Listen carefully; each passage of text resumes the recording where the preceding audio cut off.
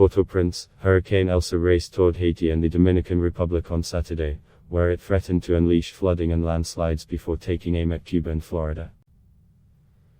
The Category 1 storm was located about 110 miles, 175 kilometers, east-southeast of Isla Beata, Dominican Republic, and was moving west-northwest at 31 miles per hour, 50 kp. It had maximum sustained winds of 75 miles per hour, 120 kp, with the hurricane expected to become a tropical storm after hitting Cuba, according to the National Hurricane Center in Miami. The long-term forecast track showed it heading toward Florida as a tropical storm by Tuesday morning, but some models would carry it into the Gulf or up the Atlantic coast.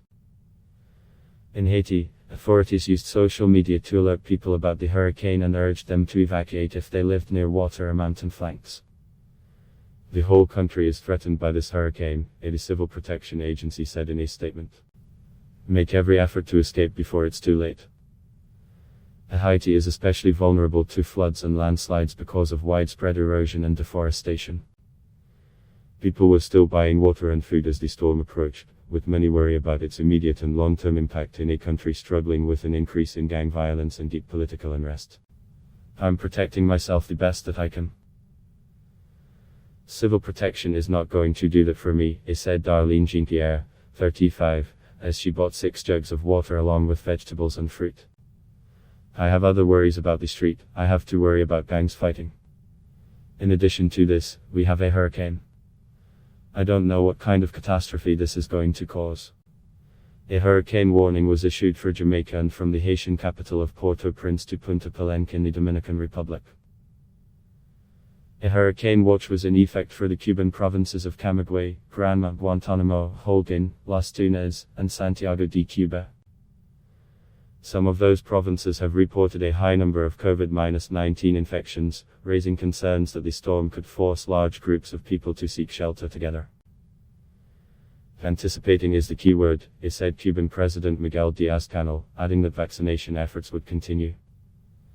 Let's take care of lives and property. In the neighboring Dominican Republic, which shares the island of Hispaniola with Haiti, authorities opened more than shelters as forecasters warned of heavy rains starting Saturday before dawn. Elsa is forecast to brush past the southernmost point of Hispaniola by Saturday afternoon and then take aim at communities in southern Haiti. The storm already had ripped off roofs, destroyed crops and downed trees and power lines in the eastern Caribbean on Friday, with damage reported in Barbados, St. Lucia and St. Vincent and the Grenadines, which also suffered massive volcanic eruptions that began in April. At least 43 homes and 3 police stations were damaged, said St.